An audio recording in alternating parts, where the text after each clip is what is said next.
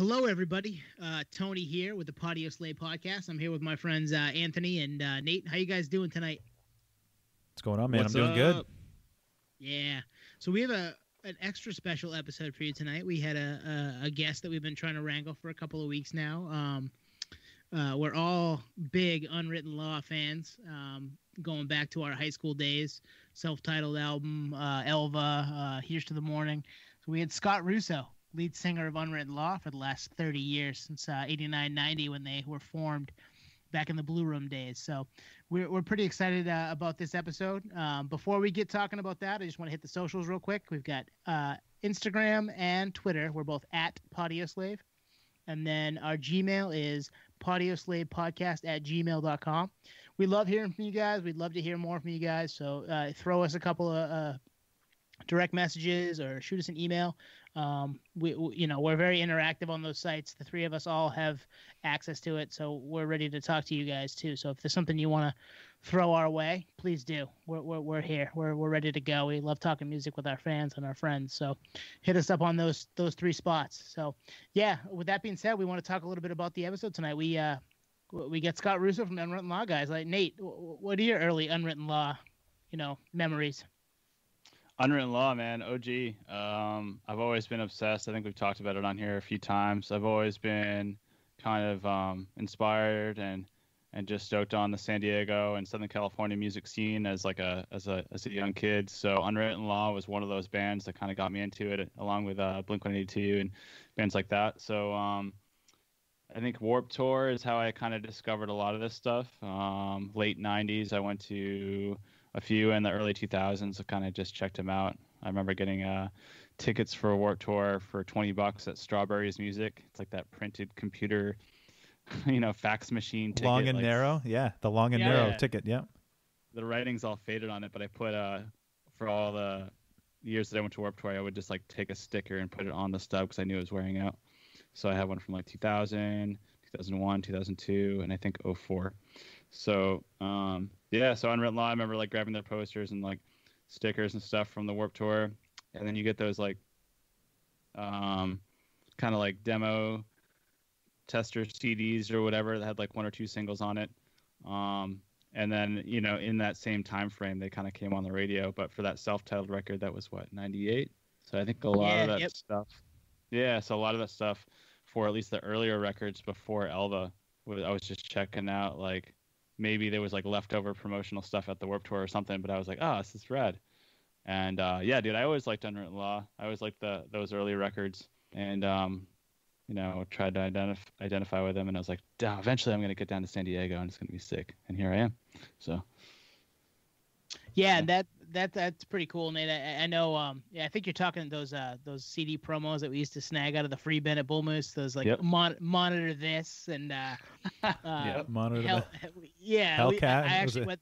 Hellcat Records and Hellcat. I actually went through a couple of those the other day. I found some stuff in storage. I was like, oh man, I haven't seen these in 20 years because I just hung on to them because I'm a nerd. But that's just what we did. Like sometimes that's how you found bands. I think I found them through burning CDs from friends. I think namely you, Twan. We would give each other binders of CDs and like bring them home for the night and massive binders. Yeah, just burn everything we could get our hands on onto our hard drives and then burn them onto CDs so we could play them in our car. Because, you youngins out there, that's the way that it used to be. I remember getting the CD player put in my car so I could listen to all the burned CDs that I had. Nowadays, it's, through the Bluetooth and all you need is your phone. But back then, you need to carry around those binders, and it probably made your gas mileage go down a couple of miles per gallon, right? I mean, those things are heavy. So, but yeah, Unwritten Law was one of those ones I think I snagged off of you, Twan, and that first self-titled record. I still play to this day. I love that whole album. There's not a bad song on there. But you went back and bought it, I hope, right? Oh yeah, absolutely. Yeah. I'm waiting for the vinyl to show up at my house as we speak. I bought it a couple weeks ago. So nice. With the shipping, obviously things are a little slow right now. But yeah, I bought the self-titled album on vinyl on wax a couple days ago for Boozy. Check your Boozy Vinyl here at Boozy Vinyl on Instagram in the near future. It'll be up there. But I remember listening to that record in study hall, maybe junior year of high school. So this is probably 01. It's been out for a couple of years. And I'm just hanging out in my study hall. I'm like, this is cool. Like, I'm into this. I didn't realize I liked this stuff. But and then as we can do on the Podioslave Podcast, we were clairvoyant back then. I found the CD booklet in the bathroom at school. Dead serious. I'm dead serious. It was just there. I was like, I'm listening to this album right now, but it's burned. I burned it off a friend, and here it is on the floor in the bathroom. I'm like, okay, yeah, I'm gonna pick that up and take it with me because I'm sure I still have it. It's in a box at home somewhere. It's probably one of ours. Yeah. Oh, absolutely.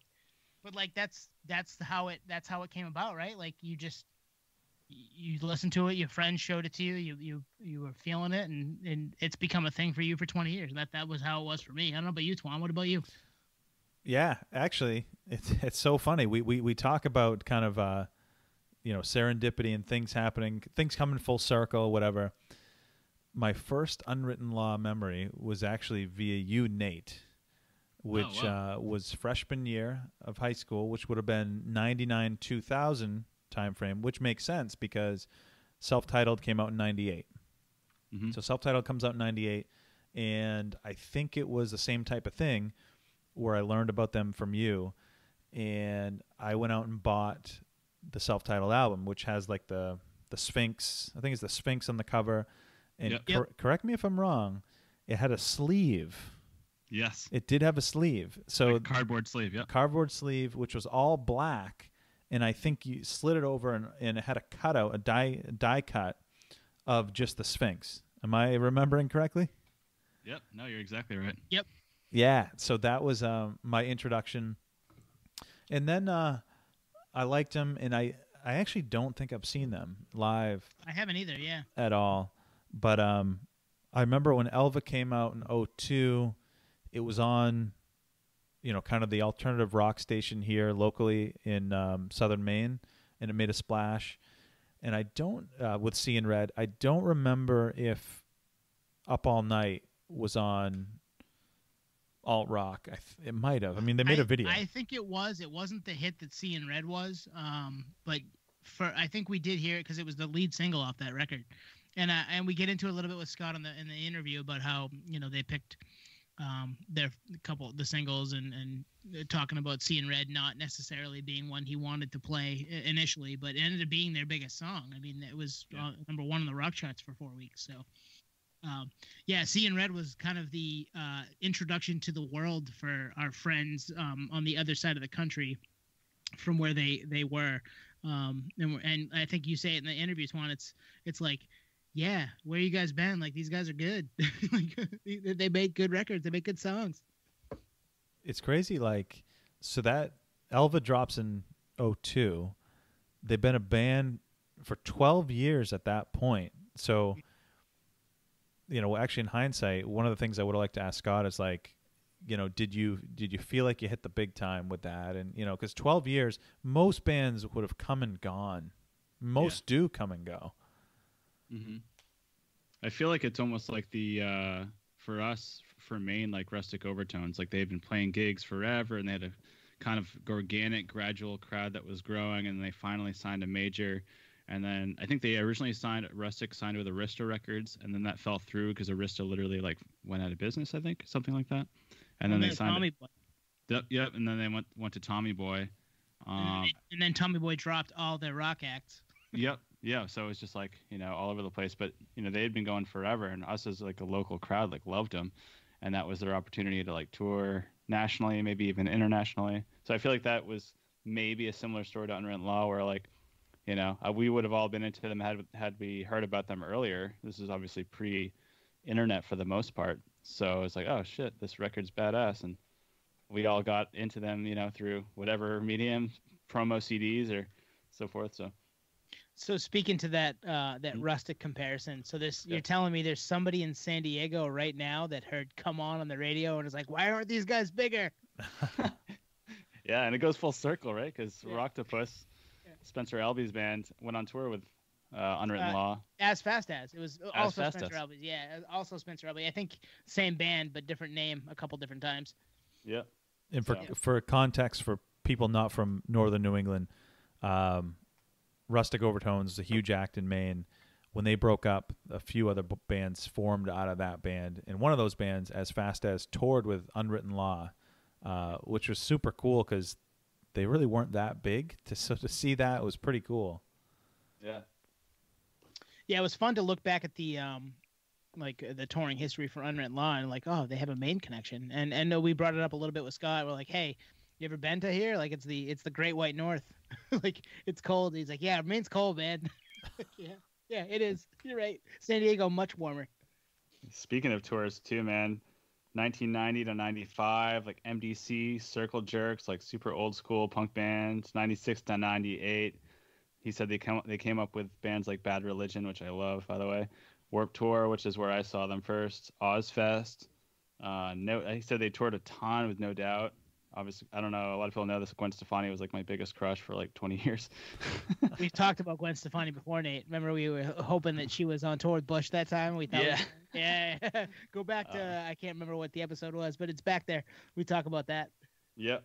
Yeah, I love Gwen. And then what else? Sum 41. I actually have a poster of Sum 41 and Unwritten Law lithograph somewhere in storage. It's like a Buddha skater thing that I got. I think I actually got that at Bull Moose.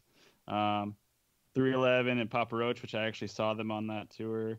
Phoenix TX. Huge festivals in Australia. We go about this a little bit on the episode. I have friends in Perth, so like Soundwave and Big Day Out are kind of like a, I don't even know what you'd say, like a Bonnaroo or like Coachella here, like massive, massive festivals down under. Yeah, man, he's a cool guy. He's really cool. Awesome for him to come on and just hang out with us for a little bit. It's funny you mention Phoenix TX because Chris Lewis from Phoenix TX is actually with Unwritten Law now. Oh, no shit. Yeah, so they got drummer. I'm not sure. Yeah, I know that there was a member of Phoenix TX that joined Unwritten Law too. Phoenix TX also awesome. Like go back and listen to LaJuza. Great fucking record. Tearjerker. Yeah, great.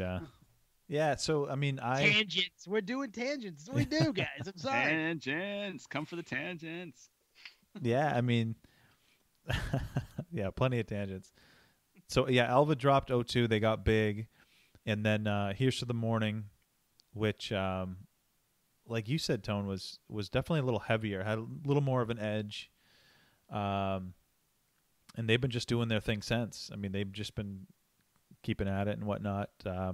But yeah, for me, it goes back 20 years. It goes back to, my guess is 2000, just given, thinking back, Nate, you probably turned me onto them in the year 2000. So 20 years have gone by, and then we get to interview Scott. It's pretty cool. I mean, I think we all have a pretty rich history with these guys.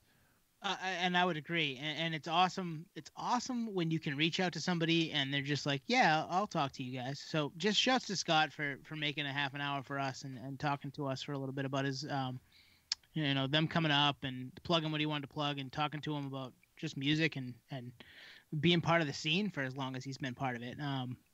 We're obviously it's something that's very passionate to the three of us, and that's how you're listening to us right now. We love music. We love talking music. We love the industry, all the things that go along with it. And, reliving some of those moments and talking about them again with your boys and your friends and maybe even talking to some of your heroes growing up. That's why we're doing it. And it's pretty cool that he was able to make a half an hour for us and, talk to us about coming up as a band and what they're doing now. Tone, you just made me think for a second for all of us three, and anyone out there really listening, that we're just regular people, kind of like the bands we admire. They're just regular people, and they make this amazing music, and all of a sudden they become like these gods or whatever. But at the end of the day, like, if you follow your dreams, you can do amazing things. And, what we're doing here, we thought was pretty ambitious, and, it's a lot of work, and we get nervous, and getting guests on and stuff, it's pretty crazy, and especially going back. In fact, Twan, I had no idea that I got you into Unwritten Law. So the kind of things that we talk about on this, it's like, damn, I didn't even know that, and that's cool to hear and have it come full circle. And we're all here in our mid 30s, and Twan just had a baby, and Tone's getting married, and I'm out here in California, and it's just like but still the bond is there, and we're geeking out and we're making this happen. Just goes to show that, between the music that we're geeking about and the stuff that we're doing here, we're all kind of just following the dream and making these dreams come alive. So it's really cool. I just want to take this back to last summer, Nate, when you were in Maine. The three of us found a way to make a an hour or a couple hour hangout session where I live, and we spun some records and we talked music, and all of a sudden it was 2 a.m. and it was like, oh, shit. This is just what we do, right? Like this has just always been what we do. Yeah, and it's just what we do. So it's for it to become something that people are starting to be a part of and want to be a part of and talk to us and listen to us, and it's otherworldly. It's a tangent right now, I know. I'm just throwing it out there that Nate kind of got me thinking. It's cool that you guys are listening. We really appreciate that, and I hope that more people get into it, because we feel the same way. Yeah, it's just an inspiring time to be alive, so doing the things that you want to do in this kind of downtime period with COVID. So that's what we're doing, and we're just happy. We're grateful for everyone out there listening, and all the guests that have come on. We have a lot more guests that are lining up behind the scenes too, so it's only getting better. So with all that said, Tuan, you want to take it away? We're gonna kind of lead into our interview. Yeah, no, I think we kind of gave a glimpse into what the podcast is about. So if this is your first time checking us out, this is kind of what you can expect from us. And as Tony said, hit us up on the socials. Keep in contact with us. So without further ado, here is our interview with Scott Russo of the legendary Unwritten Law, frontman for the last 30 years. Hey, what's up, everyone? It's Anthony here with the Podioslave Podcast with Tony and Nate as usual. And we have a very special guest that we're super stoked on. We have the one and only Scott Russo, founding member, lead vocalist from, I would say at this point, definitely legendary California punk rock band, formed in 1990, so 30 years ago. Hard to believe. Founded in Poway, California. So, Scott, we want to thank you for coming on. Yeah, man, thanks for having me. So, Scott, I know one of the things on this podcast that we're always looking at is, what artists are doing in what we perceive to be the downtime with the quarantine. So just curious about how, the coronavirus and the quarantine has impacted you and the band, and, any plans that you had. Yeah, I can only imagine it's the same for every band, and all my friends are in bands as we discuss things. It's really all up in the air. No one has any idea when anyone will be able to get back to playing shows. And as far as, the collective group of friends who are in bands, and myself included, is, there's really nothing for us to do if you are a songwriter or a producer or whatever, except make music. So it's kind of, in some way, it's been pretty productive for me, and definitely for Unwritten Law. We recorded our new record, Chrome and Glass, right before we left to Australia, and our tour was one of the third or fourth tour to actually compete in Australia. Came home for 3 days, went to Hawaii for 3 days to play a show, and came home, and then everyone was locked down. Since then, we were kind of sitting on a finished recorded record, and while we were gone, we were having Joe Marlett mix it. And so when we got back, he had some, family strokes. He hadn't gotten to the record, so it's given him extra time. And then in addition, it's giving us extra time to really fucking tweak out and fine tune and put real bells and whistles on the record. You know what I'm saying? So that's kind of been. I know a lot of people aren't doing so well right now, and definitely Unwritten Law is one of them too. But it could be worse. It's worse somewhere else for sure. And I've used this time to really focus on this record, quite honestly. That's awesome. And then, like you said, it canceled a lot of touring plans. I know that I'm up here in Encinitas. I know you live in somewhere in the area. I believe Carlsbad, Scott. And you're in Mexico. I'm actually in Mexico. Oh, right on. Yeah, you're in Mexico right now. I forgot about that. And so yeah, that show got canceled because of COVID. That was coming right up. And then also the Australian tour that you had booked with Everclear. That's also canceled, I take it, in Australia? No. We completed that. We completed that in February. Oh, right on. So that was before you left. Okay. Or when you got Yeah, back. that's what I was saying. That was what our tour was one of the last tours that had finished there. Like there was like 4 other rock tours, or like 3 other rock tours. Like I was the 4th one that actually was mid-tour when it happened, finished, and came home. All the other tours, anyone else who's out and about, everything got shut down. They had to cancel shows and come home. So that goes for like the fucking entire community. Like, you know what I'm saying? There wasn't any little shows here and then some side shows here. It was like, everyone go home, pause. So yeah. It's trippy, man. Yeah, right. I mean, we've all been stuck at home too, and living that same quarantine life right now. Speaking of Australia, then you guys have a big following there. Can you speak a little on that? Like, how did that come about? That's almost like a diss. No, it's man. not. No, not a diss at all. I'm just fucking with you. No, man.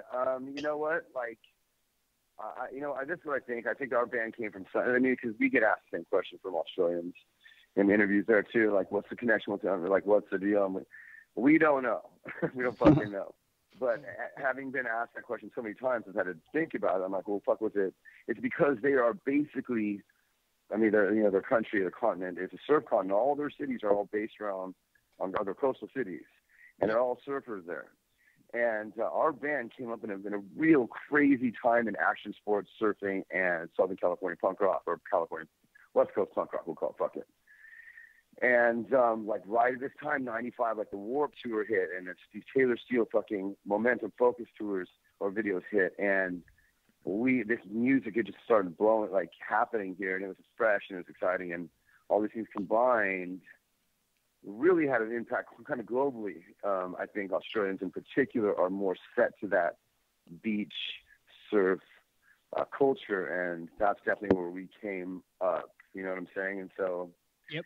I can only imagine that had a lot to do with it. And other than that, we've just stayed loyal to Australia. We've always, kind of put them first, and really, like, fucking nurtured that relationship, because we love Australia. Australians are the fucking great. You know what I'm saying? Yeah. And so if the feeling's genuine, I'm quite sure they can pick it up, and I'm quite sure that's another reason why it's had, we've had an impact there. Yeah, and I asked that just because we're kind of the semi-opposite side of the world. All 3 of us come from the state of Maine. I don't know if you've been there, but of course. we're waiting for that band to adopt us as their community. You know what I mean? Sure. I mean, I'm sure there's great bands everywhere, dude. The real, I guess now it's a lot easier because of, fucking social media and the internet, but there's great bands everywhere that that will get overlooked because they're from places that aren't highly populated or don't have fucking a connection to anything that can, that can really get them out there. But, I'm sure there's people that fuck it up. I mean, it's interesting you say that, because I know we've talked on this podcast. We kind of debate if it's easier in this era or, perhaps in the era that you guys came up in, which is early 90s. So it's interesting, it's certainly social media, but also it's an outlet for more bands to be seen. So it's perhaps in a ways more saturated. So it's a unique perspective for sure. That is an interesting way to think about it. Yeah. Oversaturation would definitely be there. However, if you truly are the shit, you will sift through all that saturation. You know what I'm saying? And so if you do have whatever it is, you're going to come through, especially now with all the platforms to make it available. I thought about this the other day. When we happened, the reason like kind of bands from our era can tour to this day, is because when this whole thing, like I was just saying about the Taylor Steele thing happened and Warped Tour and the whole thing, the punk movement happened, it was an actual movement. It was kind of like the grunge movement or, hair metal. It was a movement. And there hasn't really been, you've had screamo, you've had, trap, and you've had a couple things, folk and a couple things since then, but there hasn't been like a real, like, fuck it, this is it. This is the music that speaks for the fucking culture globally. There hasn't been that in a while. No, I think you're right. I think it comes from pockets of the country and, certain eras, like you said, grunge and trap and whatnot. But you mentioned something interesting, which is, you know, if you're the shit, you'll make it. So one of the things that we were curious about is, so you start in the early 90s, and we looked up some tour history. You played shows with Millions of Dead Cops, MDC, Circle Jerks. So how do you guys go from those early beginnings to, you know, your major label debut, like in '96? So there's 6 years there, which obviously tells me you guys gained a lot of momentum. You know, how does that happen? Because that doesn't happen for a lot of bands. You know, there's so many bands that come and go. Yeah, like I said, when we started, there wasn't like all these at the tap bands, and if you're familiar with that, it's like this whole like punk scene that Brett Gurlitt started. And there was Bad Religion. That's all you had. Before that, you had Misfits, and you had like TSOL, and you had 7 Seconds with Melody, and you had Bad Brains with Melody and reggae, and you had these and Minor Threat. And there wasn't like these Pennywises and Mill Texas and Offspring and shit. Like they had started, but no one had heard of them yet. And same thing with us. It's like we were just fans of Bad Religion. There was no other band that sounded like Bad Religion. It was just Bad Religion. And we wanted to kind of we were kids. There was no punk rock wasn't a thing either. So we just kind of wanted to play music we wanted to hear, and you know, fucking take everything that comes with it. You know, girls and drinks and whatever else. There was no plan of making this a career or anything like that. And then punk rock happened, and so that 6 years was just like an underground scene. That was a scene for all of these bands. You know, Green Day was had Blink, Offspring. I mean, everyone was there, but they were in their own little scenes, and we were San Diego. And you know, us and Blink were San Diego in the scene. You know, you had Offspring and Bad Religion from LA. You had NoFX from San Francisco. You had Pennywise from Hermosa Beach. And so, like, the whole shit was just kind of boiling and waiting. And when all the stars aligned in '96, whatever it was, those kids, those people had kind of established themselves as punkers. And this is a scene. This is our scene, to be exact. You know, this is our thing. And when all the stars aligned in '96, and then just 1, 2, 3, 4, they all started going big. You know, it was just a thing. It was a moment in music history. Wow. Speaking of that, we were just thinking like the bands that came into San Diego, and like you said, it was primarily Unwritten Law and Blink-182 that sifted through everything and kind of rise to the top. And we were listening to that, you know, that secret song or Message with Tom from Blink. Did you ever consider getting Tom on a track after the evolution? No, the record was already done. Mm-hmm. No. The record was already done at that point when Tom had left the message. And hence that's what the message is. Like, yo, man. And that's the fucking funny thing, too. It's like, yo, Wade just gave me this fucking the demo, and it's like, dude, no one's supposed to have that. Like, Wade is that guy. Just gives you, like, you know what I'm saying? We can't even give him the new shit because it'll be on the internet tonight. And so it's like Tom actually says it in there, but the record had already been done and mixed and all kind of shit during that time. And so when we were mastering it, we just threw in, we wanted to put little fucking ins and outs, so that was one of them. So yeah, did you ever have him on any other track or any other record for Unwritten Law, or are you guys just kind of boys? No, I think that was one thing we used. Like I sang on like 3 songs on Dude Ranch. But I'm not sure. Blink never played on any of our records. What songs on Dude Ranch? Everyone else in the world did. You know, I'd have to pull up the record. I know one of them was My Girlfriend, like you go DHC, whatever that song is. And there's 2 more that I just do. You'll hear it, like me. You have Mark's voice, which is obvious, and you have Tom's, which is obvious. Well, the 3rd voice on that record, that's me. So, oh, shit. You heard it first awesome. Here. Yeah, I had no idea. So I got a question for you, Scott. Yeah. Just we were talking, we were going through this last week, listening to old records, and the 3 of us kind of grew up with your major label debut, and then your self-titled. And self-titled, I mean, I wore that out. I still listen. I come back to that. I don't even know, probably 2, 3, 4 times a year to this day. And just thoughts about like how you guys started as, you know, you're punk, and then you kind of got into. You got a little more of the pop sensibility and the Elva record, and then there are parts of Elva that have some heaviness, and then Here's to the Morning has more of that heaviness. I love the evolution of your sound as time has gone on.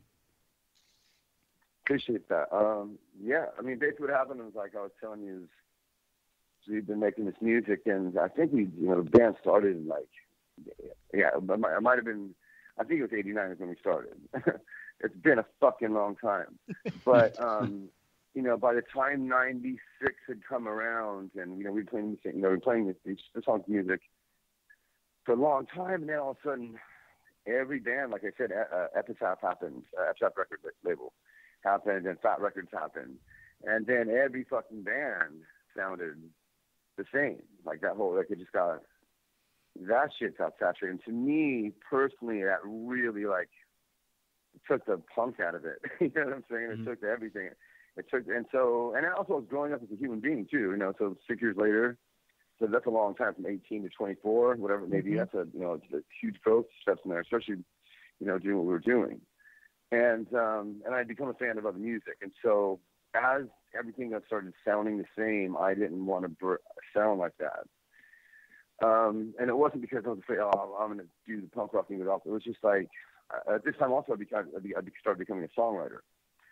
And so it wasn't about trying to fucking, make that same record over and over and over again. For me, it's like, at this point in my life, it's like, I'm making music fucking for myself and for my friends and for my family. If I can give them a record without saying, without any disclaimers, I need to give you a fucking record to check this out, and have no disclaimers, then that, I feel like my job is done. And so it was kind of gone into the writing process like that. Does that sound dope? My kids think it's dope in 20 years. Okay, whatever. And so I think that had a lot to do with it. And like I said, again, I became a fan of some kind of music, started writing, and subconsciously, if not consciously, putting that into the songwriting and production.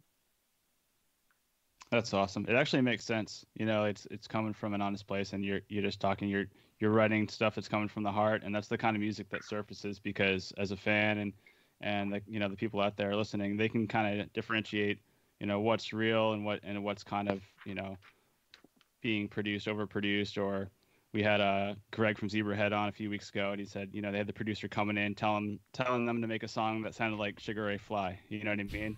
And they're like, "Damn, man!" That was a great song. It was. It's a great song, but you know what I mean? They're kind of getting pushed in this direction when they already kind of had something going. But like you said, yeah, that is a great song, and it changed Sugar Ray forever in terms of commercial success with that single. So, give or take. And in the same sentence, I'm not saying to write a song like Fly to get big or to get paid, because that shit almost 100% of the time never works. And so if you're going to write a song like that, it's got to come from somewhere where you mean that. You mean it, and you write it, and it sounds like that, it's going to be what Fly did. It's going to be it. So, I mean, there's the thing with Kaylin, the song Kaylin, and you were talking about the transition from more into a pop band. And this is kind of what's going on with that, with how the first initial change of sound came is when we were recording the self-titled record. Our A&R didn't hear the single, quote unquote. Mm-hmm. And he goes, "Yo, man, you got any of the songs? Cool, yeah, I got this. Okay, cool, yeah, it's not there. What else you got?" I'm like, "Well, yo," and I'd never even shown my band this song. I played him, Kaylin, acoustically, or, I was playing him these songs in my hotel, whatever, or wherever the fuck we were at, and he doing business. And so playing Kaylin, he's like, "Dude, that's it." I'm like, "Dude, my band can't play this. My band's a rock band. This song's a love song about my daughter. Like, they can't do it." He's like, "Dude, you mean it." And he kind of taught me this. You meant that. And it came from you, and your band is going to do it. And thank God that, I had Kaylin, and I wrote that song for her. Because if I didn't, Unwritten Law would have been dropped, because there was a single on the record, and our career would have been over. That song made it possible for us to tie it on to another record label, and then again and again for the rest of my life, and as they went down the chain. So that's kind of where the change came. The first time, the initial here's another side of Unwritten Law was with the song Kaylin. When I played it for the band, ironically, they're like, "Dude, what the fuck, you had that song, you didn't play it for us?" Yeah, well, so they were super hyped too. So yeah. Well, I mean, and that's an iconic Unwritten Law song. I mean, that obviously comes from a place of genuine and a place that, you know, is near and dear to your heart. We had talked a little bit pre-interview about your Kaylin, your daughter. Do you want to plug her artistry and all that stuff right now? Yeah, I mean, you definitely check out my daughter. She's fucking mean. I'm quite sure that I'm slightly biased. She has fangs. She has daddy's fangs, man, and she out gangsters daddy by 1 billion. Kaylin Russo, Cailin, RUSSO, at any platform, and check her out on Instagram, all that shit, whatever it is. But Spotify, spin that shit. She just had her new EP drop, like, I don't know, 3 months ago, called The Drama, and then she had a single called Assume drop about a month ago, and then about a week ago she had It's Cool drop. But she's dope, and she's done Lollapalooza, she's done the Reading Festival in London, she's done her work. She's toured the country a few times. Nice. She's out there, man. Check it out. So every week I try to throw together a Spotify playlist for our, you know, kind of as a companion to our talks, and we'll throw some Kaylin on there for sure. So Scott, I know we were kind of leading into this. So the Kaylin comes in you know, kind of your words, it saved you on the label and whatnot, and that's the era that we became fans.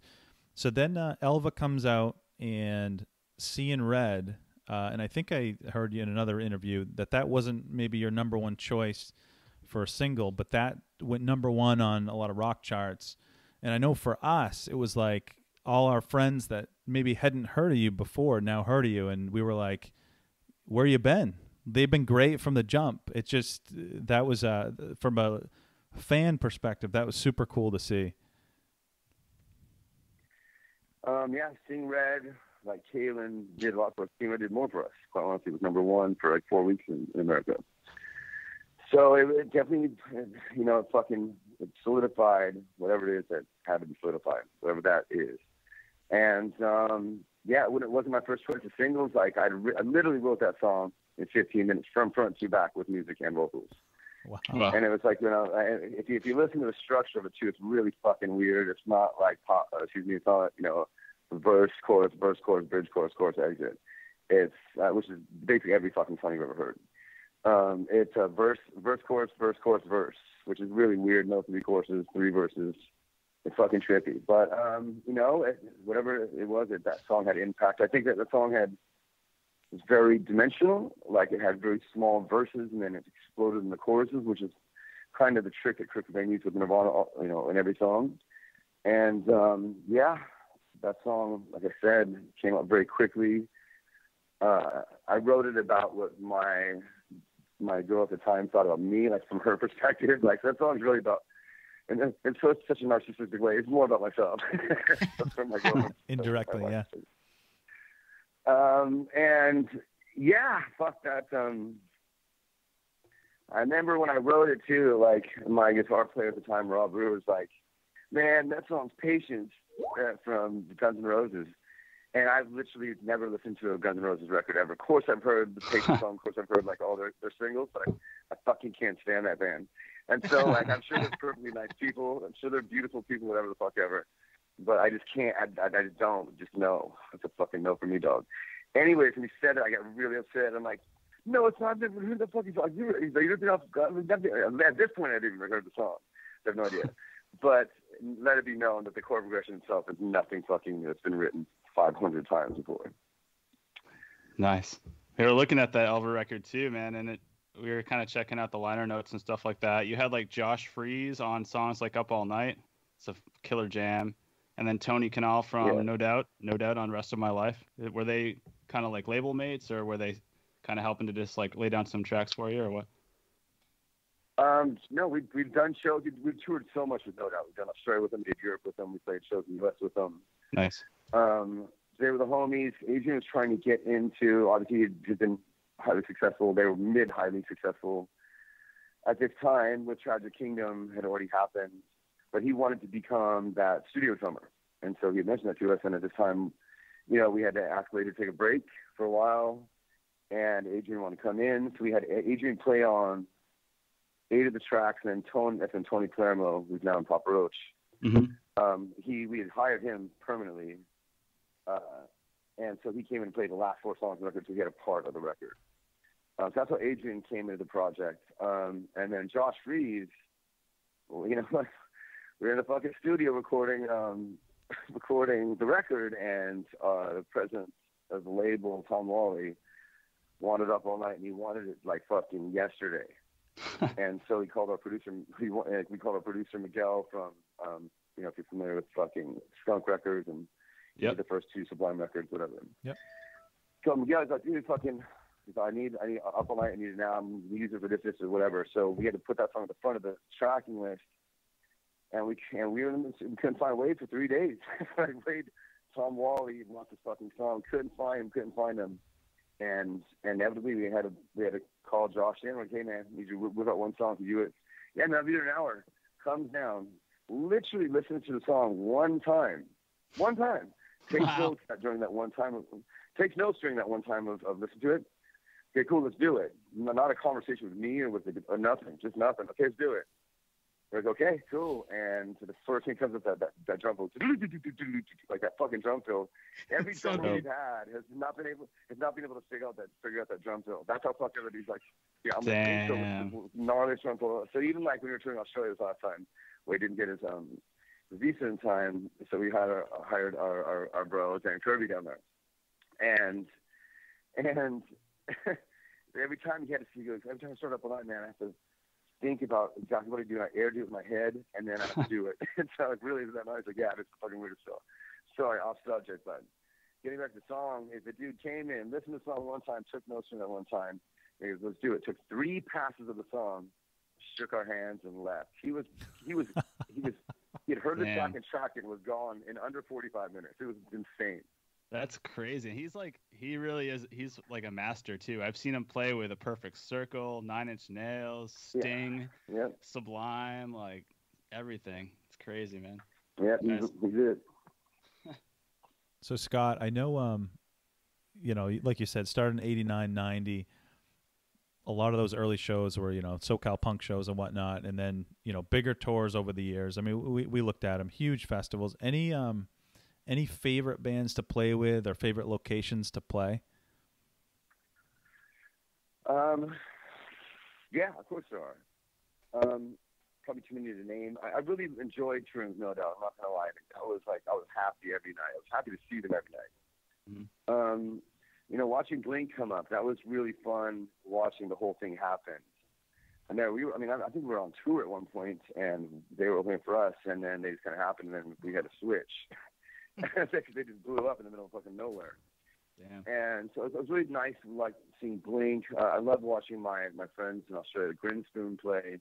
Great rock band, good people. For me, touring, especially doing it this long, isn't really about.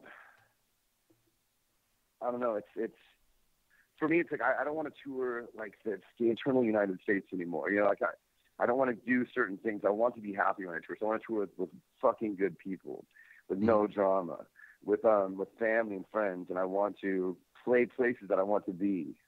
You know what I'm saying? And so that for me is really what I don't know what when we book tours now, those things come into play.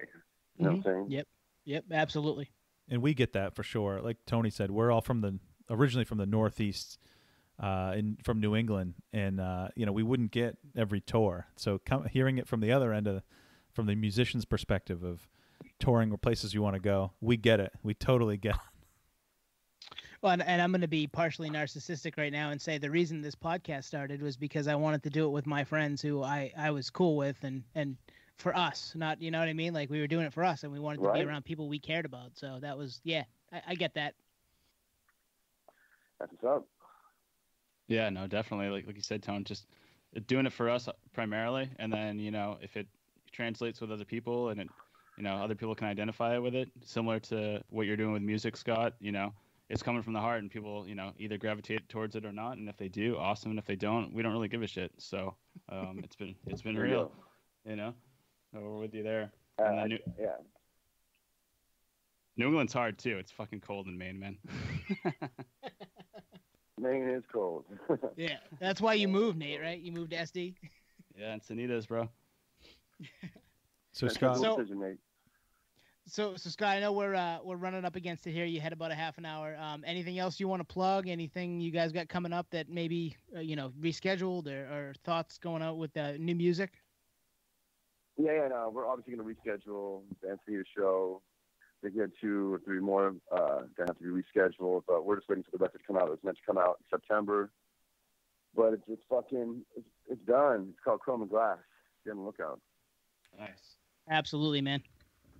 yeah, Scott, it's been really cool to watch you over the years with Unwritten Law, because even a lot of the bands, some of the bands we mentioned from that original era, have come and gone. They've, for whatever reason. So it's cool to see kind of an OG band like yourself still at it and still drawing huge. I mean, I know some of those international tours are massive and those festivals. So it's a testament to you guys. Thank you. Appreciate that.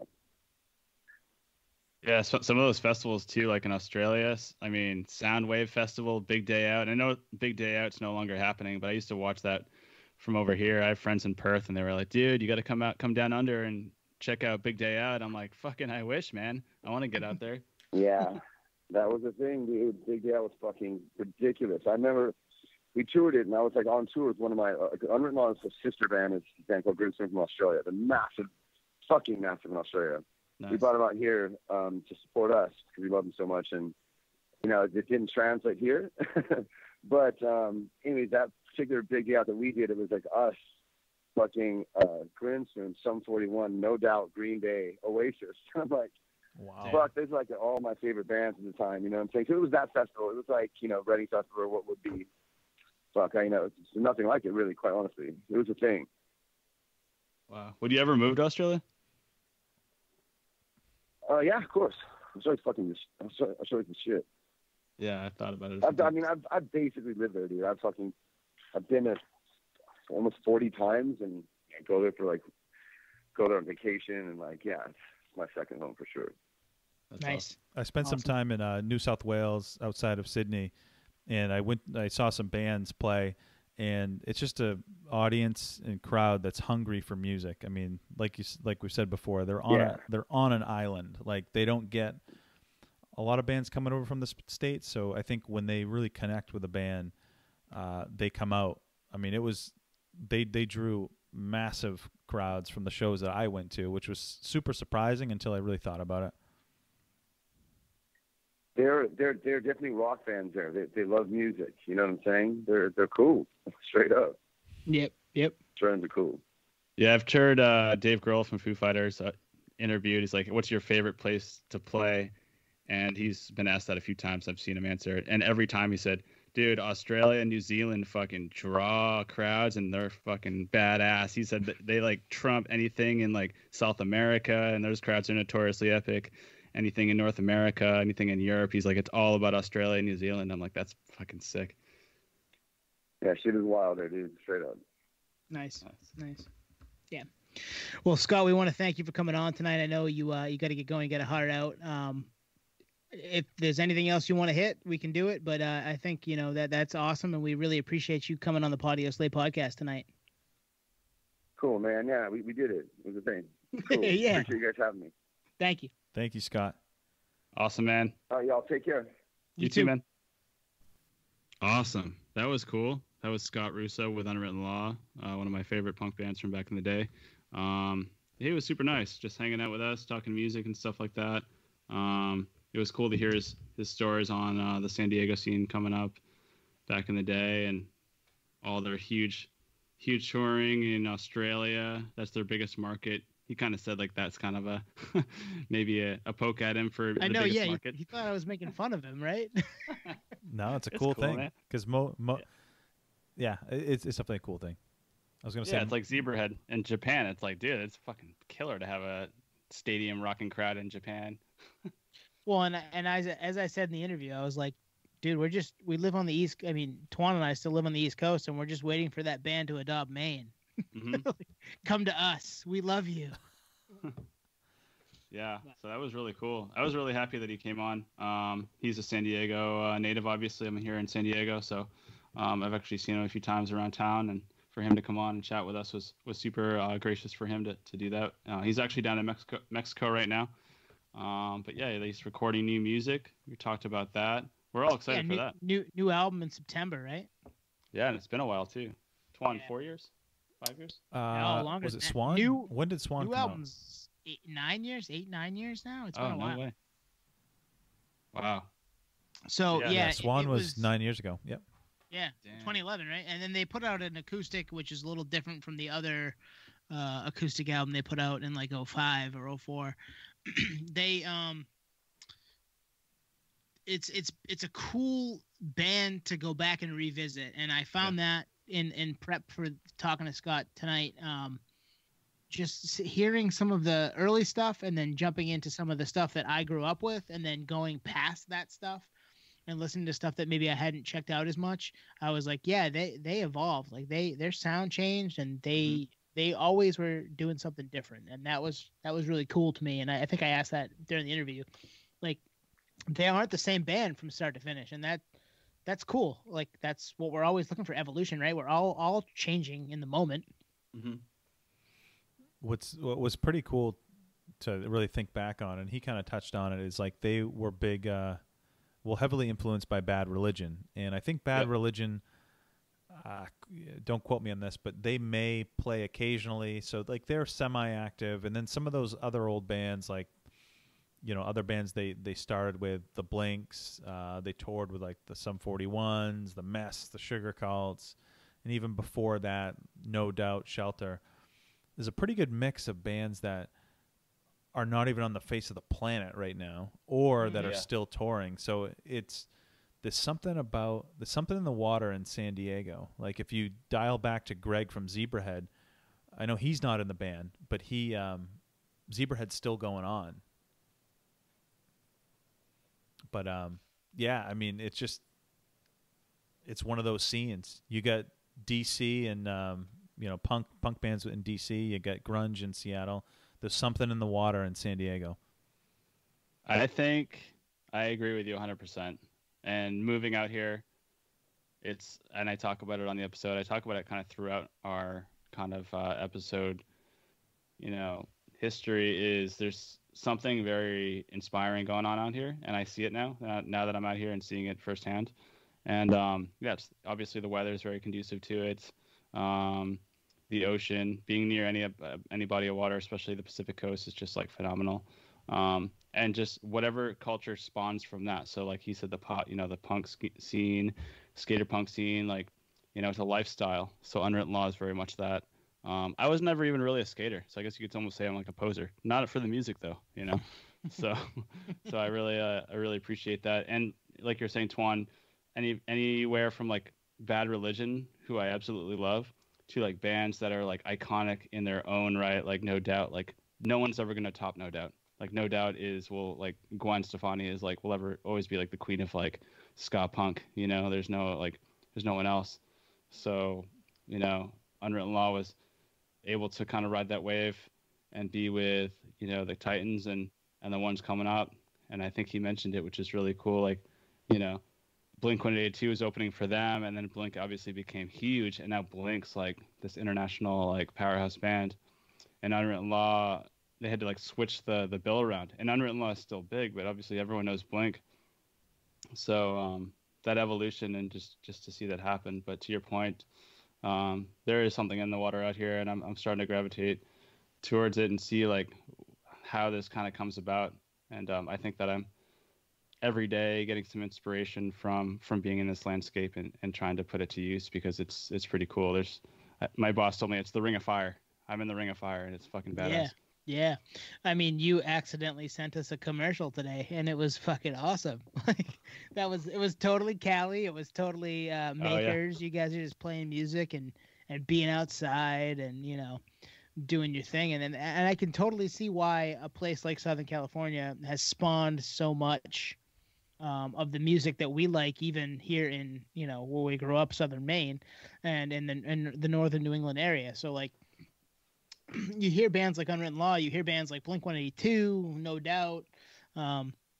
You're just excited to hear that, like, fast, loud, fun, sun's out, radio's on, windows are down, like you're just rocking out, and it always feels good to do that. And that's kind of how you find bands like that, and that's how you find yourself as a kid growing up, and the music that you end up relating to and finding a piece of. That's for me, it's awesome.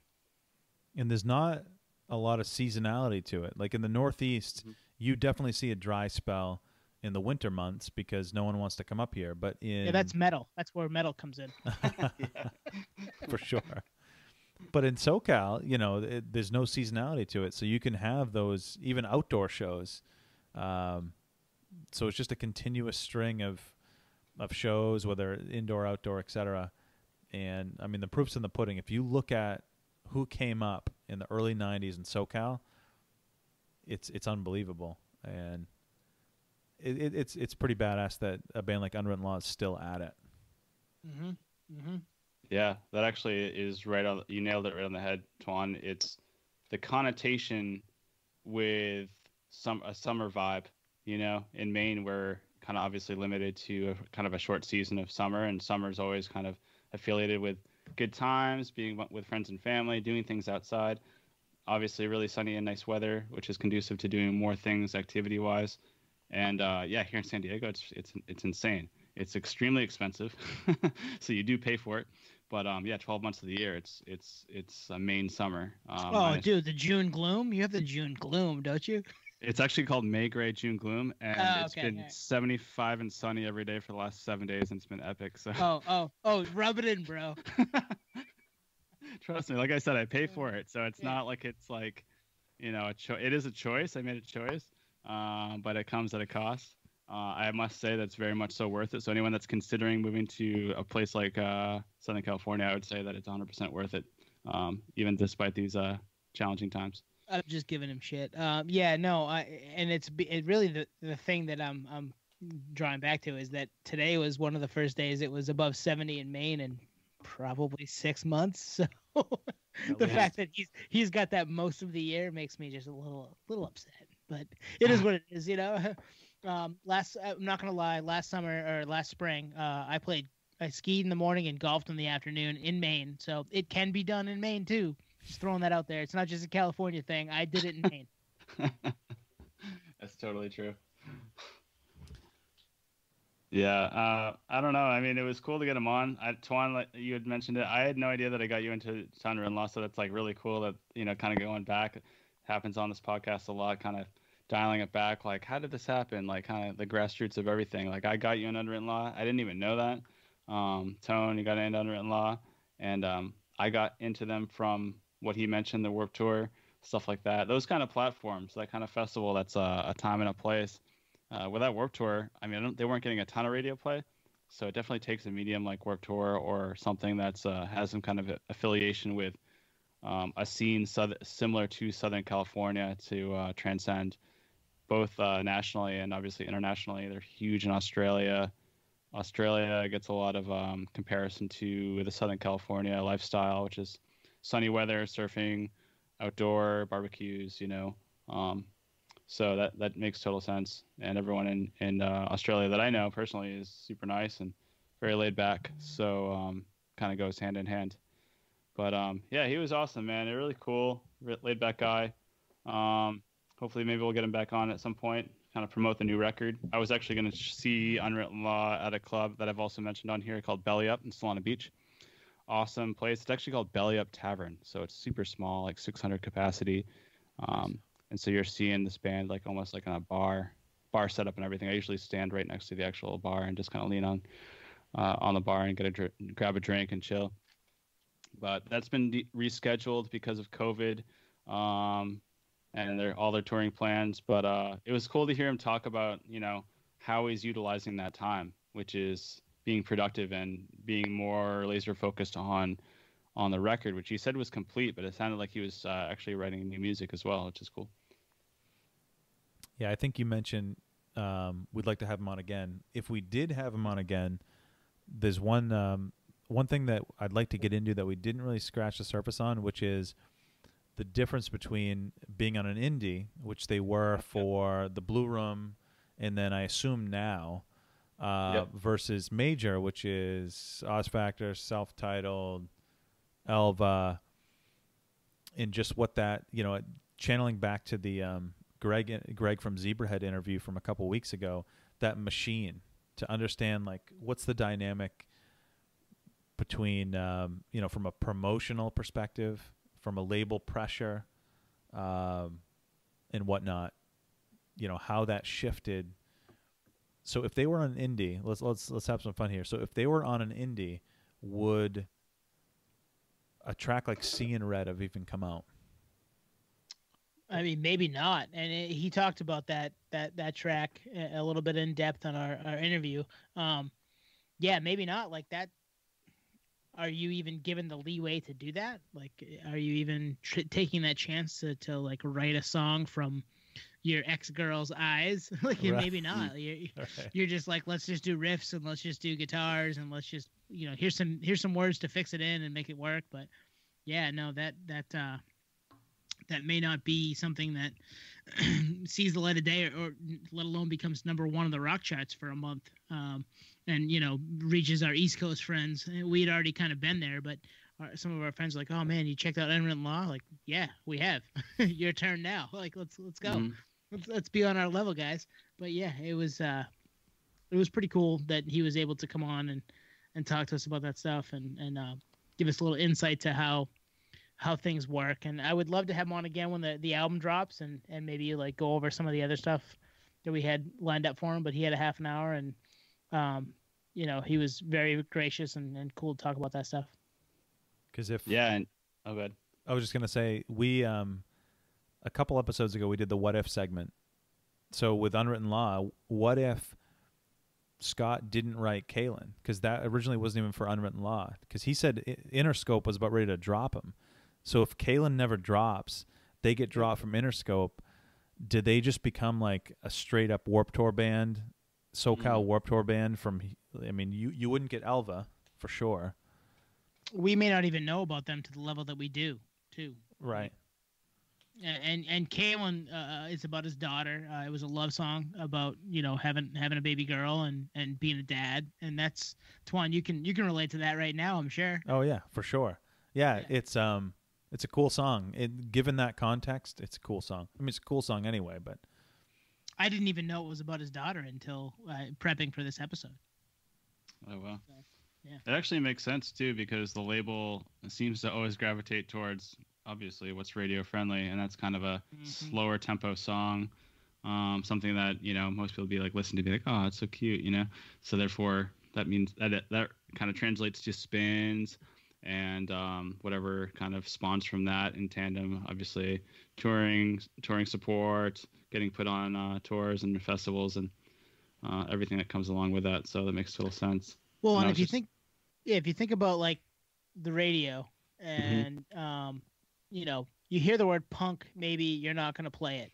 You hear the word pop punk, you're like, oh yeah, that's radio friendly. So that would be in that pop punk category, and. He talked about how like he held it back and was like didn't mean to hold it back. It was just something he had written from the heart and was genuine. But then brought it to his bandmates in Unwritten Law, and they were like, "Dude, this is awesome! Like, let's make this a song." And it kind of saved them as a band, and like we get another 22 years out of them because of it. So that's pretty crazy, right? Like, think about that for a second. You know what makes me think when you said that just now is like that kind of interesting divide where it's like you want to stay true to yourself without selling out per se, which is unfortunately like kind of a downside of signing to a major or having a single on the top 40 and so forth.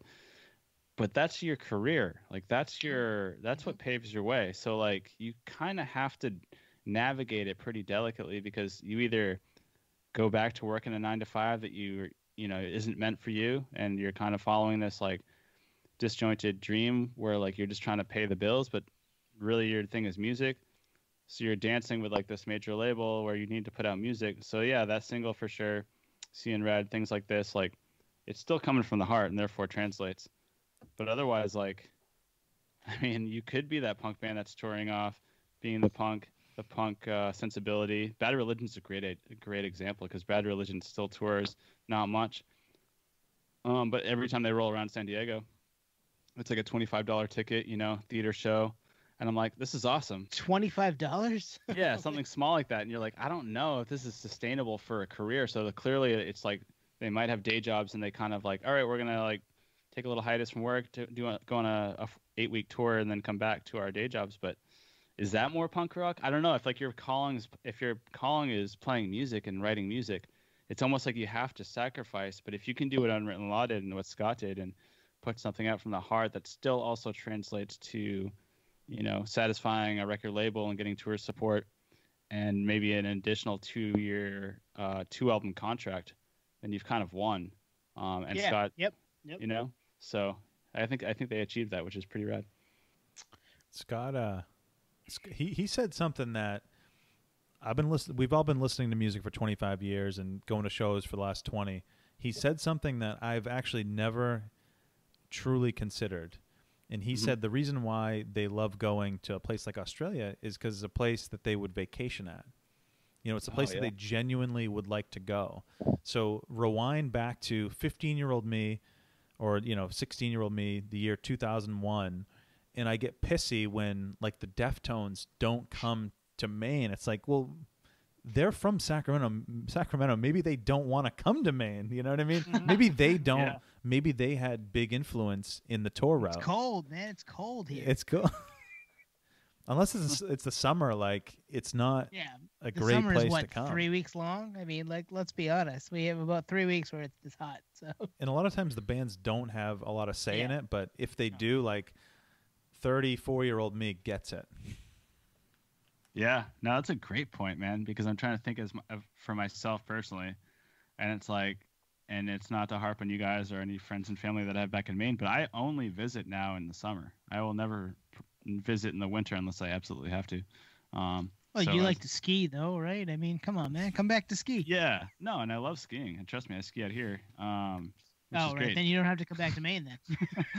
Which is great, because it'll be sunny. Like, talking about doing both in the same day. You can surf and then jump up, ski in Mammoth, and come down and surf in the same day kind of thing. But no, I mean, as an investment-wise, like, Deftones and stuff like that, it makes sense to do a tour at all, if any tour at all, on a summer tour.